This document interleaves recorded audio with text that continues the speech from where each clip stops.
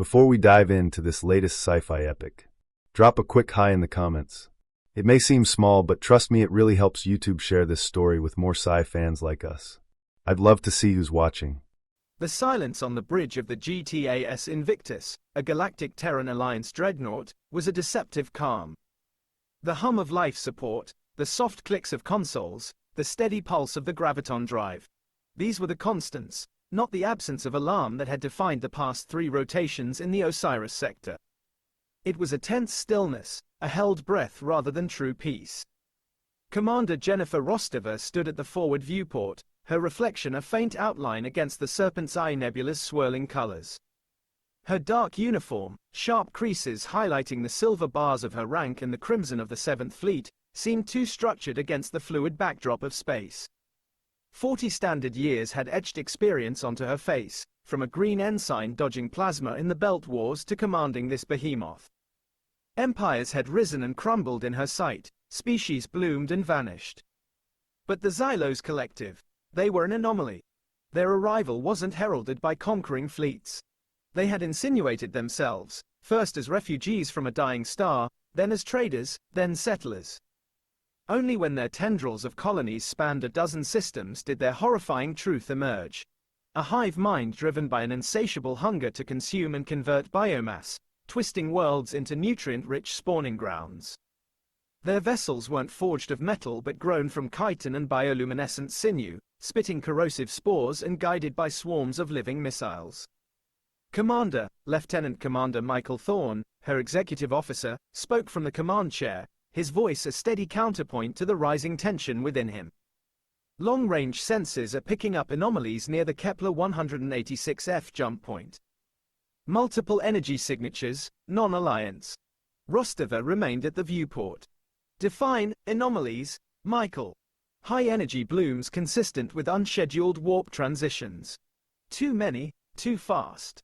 Biosignatures match Xylos, but the scale, it's unprecedented.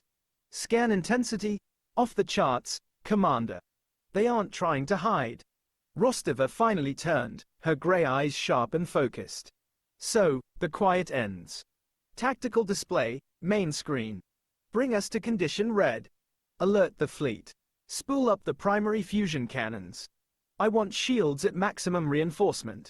The bridge sprang to life. Soft blue light bled into urgent red.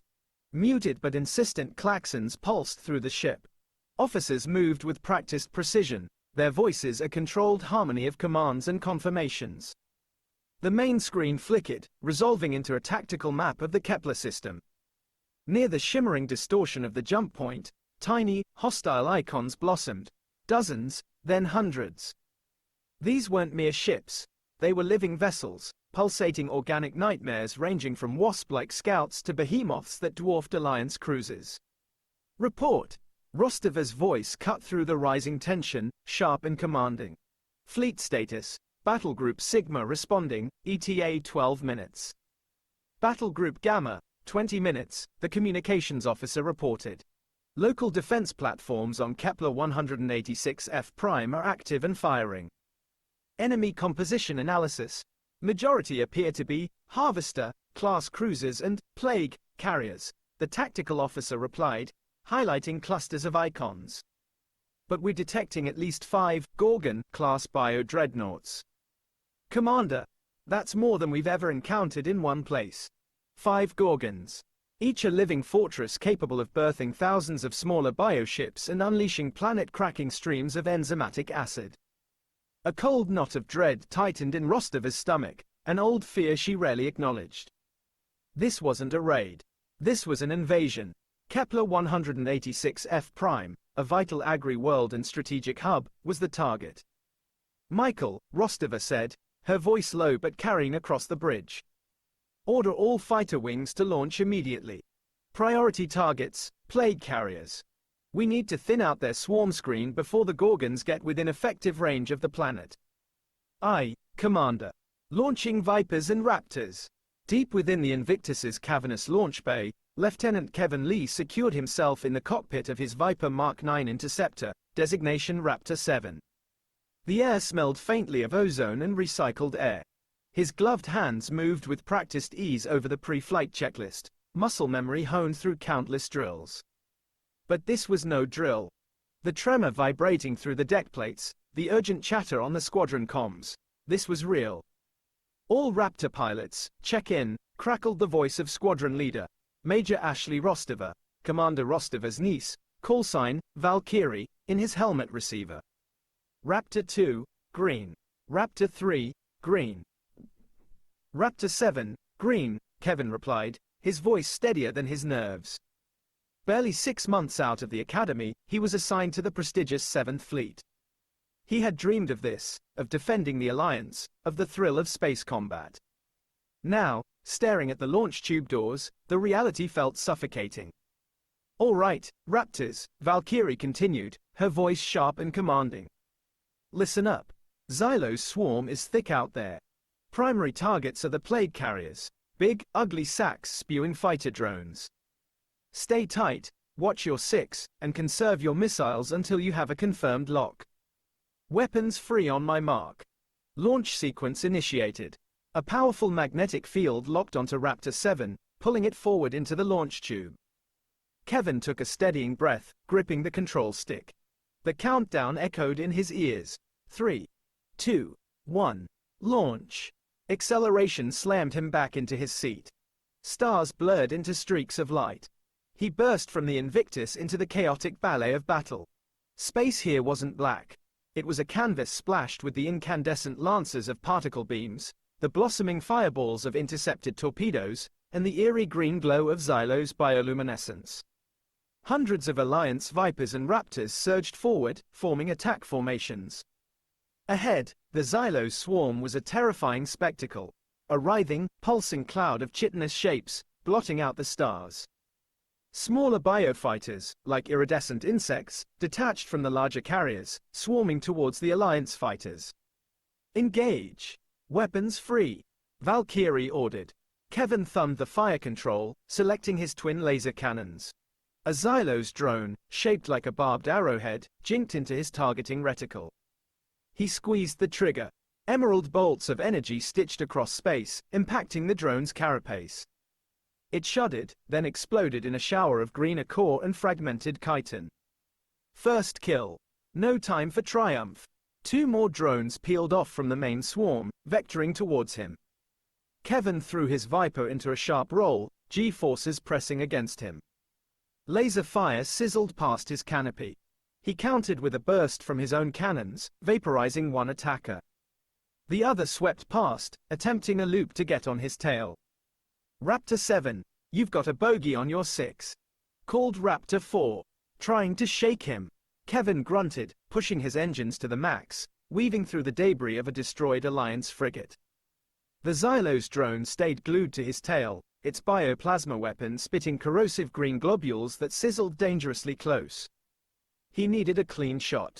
He spotted a dense asteroid cluster nearby, part of Kepler's planetary rings. Risky, but necessary. Kevin dove towards it, the Xylos drone following relentlessly. He skimmed perilously close to a large chunk of rock, then abruptly cut thrust and threw the Viper into a tight, high G-turn, banking hard around the asteroid. The Xylos drone, unable to match the Viper's maneuverability in the tight confines, overshot him.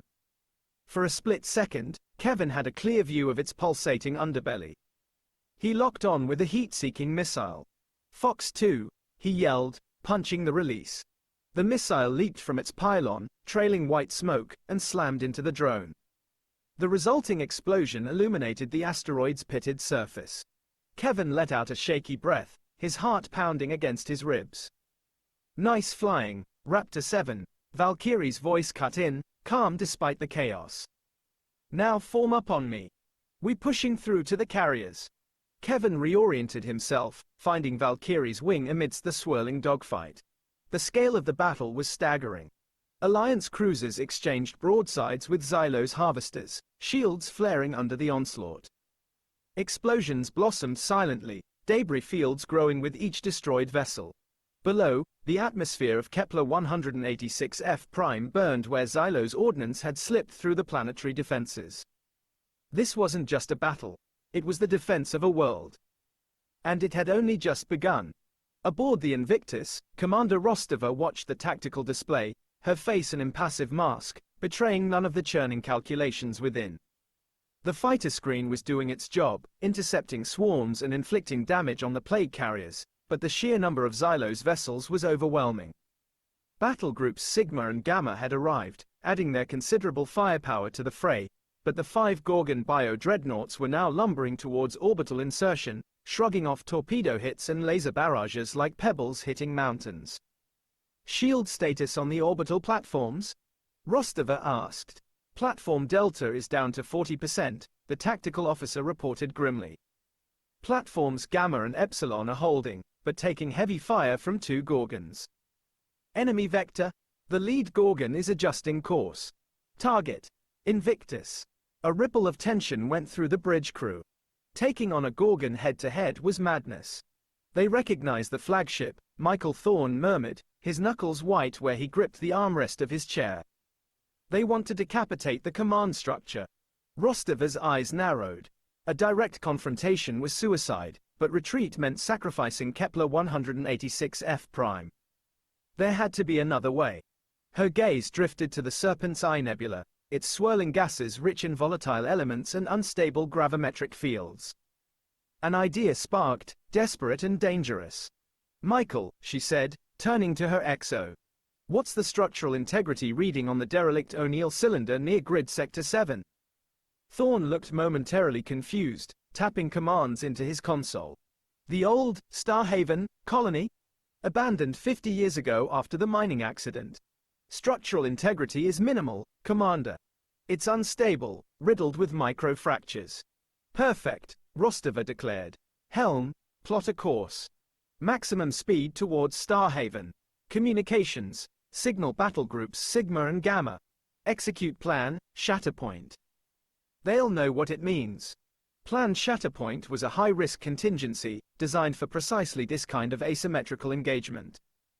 It involved luring a superior enemy force into a pre-designated kill zone where environmental hazards or pre-planned traps could be exploited. Commander, Michael protested, his voice low. Leading a Gorgon into the Starhaven debris field? The cylinder's core is unstable. A stray shot, a shockwave. Could tear it apart. Yes, Rostova finished calmly. Helm, engage. The Invictus lurched as its mighty engines pushed it onto the new vector, accelerating away from the main battle and towards the ghostly outline of the ruined O'Neill cylinder. As predicted, the lead Gorgon adjusted course, following its prey, ignoring the Alliance cruisers nipping at its flanks. The other 4 Gorgons continued their relentless push towards the planet. Battle groups Sigma and Gamma acknowledging, Commander, communications reported. They are redeploying to intercept the remaining Gorgons. Focus fire on the lead Gorgon's primary weapon nodes, Rostova ordered the Invictus's gunnery crews. Keep it angry. Keep it focused on us. The dreadnought trembled as its forward batteries unleashed hell, beams of pure energy striking the Gorgon's thick, pulsating hide.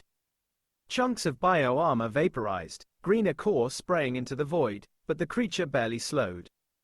It retaliated with a volley of spore torpedoes and a stream of enzymatic acid that splashed harmlessly against the Invictus's reinforced shields. Shields holding at 80%, reported the tactical officer. Entering the Starhaven debris field. The view screen filled with the wreckage of the colossal cylinder. Kilometer-long sheets of buckled metal, shattered habitat modules, frozen hydroponic gardens. Navigating it at speed was treacherous. Easy, Helm, Rostova cautioned. Use the debris for cover, but maintain speed. We need to draw it deeper. The Invictus danced through the graveyard of Starhaven, its thrusters firing constantly to avoid collisions. The Gorgon followed, smashing through smaller pieces of debris with impunity, its immense gravitational wake sending shrapnel tumbling in its path. It's taking the bait, Michael breathed. We're approaching the cylinder's central axis. Gunnery, target the primary fusion reactor housing on the cylinder fragment dead ahead. Rostova commanded. Fire on my mark. The gunnery officer confirmed the lock. The Invictus threaded its way past a shattered observation dome, lining up the shot. The Gorgon was right behind them, its forward maw glowing as it prepared to fire its main weapon. Now! Rostova yelled. A single, precisely aimed lance of energy shot from the Invictus, striking the derelict reactor housing. It wasn't enough to detonate it, but it superheated the already stressed structure. Micro-fractures spider-webbed across its surface. Simultaneously, Rostova ordered, "Helm, hard to starboard. Emergency thrust." The Invictus veered sharply away just as the Gorgon unleashed its primary weapon. A devastating beam of bio-lightning aimed where the Alliance ship had been moments before. The beam struck the compromised reactor housing. The result was catastrophic. The unstable core ruptured. A wave of raw energy and exotic particles erupted outwards, engulfing the Gorgon. The bio-ship wreathed, its structure visibly tearing apart under the onslaught. Then, with a flash that momentarily blinded the Invictus's senses, the Gorgon detonated, its massive form disintegrating into a cloud of superheated gas and organic debris. A cheer went up on the bridge, quickly stifled. Commander Rostova watched the expanding fireball, her expression unreadable. They had destroyed one Gorgon, but the cost was the obliteration of the Starhaven relic, and the shockwave was racing towards them. "Brace for impact," Michael shouted. "Full power to inertial dampeners." The Invictus shuddered violently as the shockwave hit, throwing unsecured crew members from their feet. Red warning lights flashed across consoles. "Damage report," Rostova demanded, gripping the command podium. "Minor hull breaches on decks 12 and 15, contained. Starboard shield generator fluctuating, stabilizing. Inertial dampeners held. We're intact, Commander." Commander Rostova allowed herself a grim smile. 1 down. 4 to go. But they had bought time for the other battle groups and proven that even a Gorgon could bleed. While the Invictus played its deadly game of cat and mouse, the battle raged fiercely around Kepler-186f prime. Kevin Lee and Raptor Squadron dove through explosions and energy beams, their focus relentless: destroy the plague carriers. They had crippled 2 already, their ruptured forms venting noxious gases and swarms of dying drones. But the Xylos were adapting. Their fighter screens became denser, their tactics more coordinated.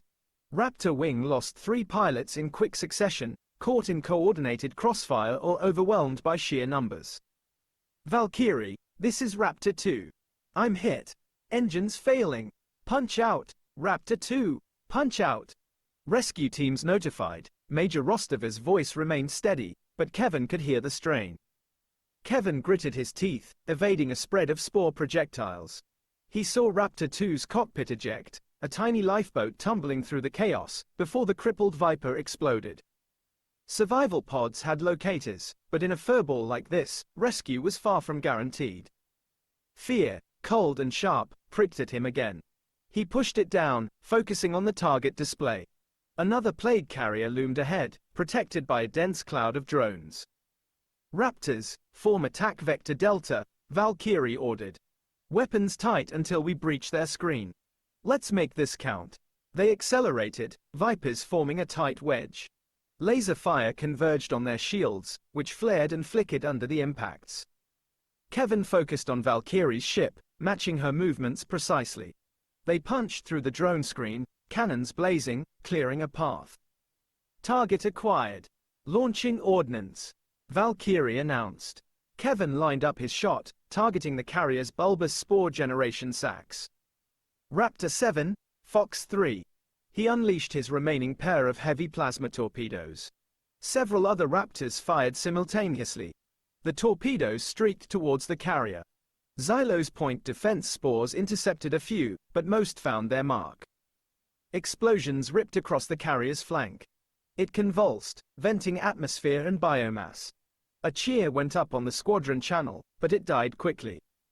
The damaged carrier wasn't dying, it was changing. Its wounds sealed with rapidly regenerating tissue, and its form began to warp. Tentacles erupted from its hull, lashing out blindly. It was releasing its final, desperate payload. Warning! Massive biological dispersal detected. The Invictus's tactical feed updated urgently in Kevin's helmet display. A colossal cloud of shimmering, corrosive spores erupted from the dying carrier, expanding rapidly. Evasive maneuvers. All fighters, break off. Get clear of the spore cloud. Valkyrie screamed. Kevin reacted instantly, slamming his stick hard over, engines screaming in protest. He narrowly avoided the leading edge of the iridescent cloud, but Raptor 5, flown by Lieutenant Commander Matt, flying slightly behind him, wasn't fast enough. The Viper flew directly into the spores. Kevin watched in horror as the ship's paint bubbled, its canopy frosted over, and then the entire structure seemed to dissolve, melting away into nothingness within seconds. Pilot lost. Raptor 5, Lieutenant Commander Matt. Kevin felt sick. Matt had bought him synthale just last night, laughing about his zero-G mishaps during training. The battle was taking its toll. Below, the planetary shields flickered under the relentless bombardment of the remaining Gorgons. Huge swathes of Kepler's verdant surface were now scarred.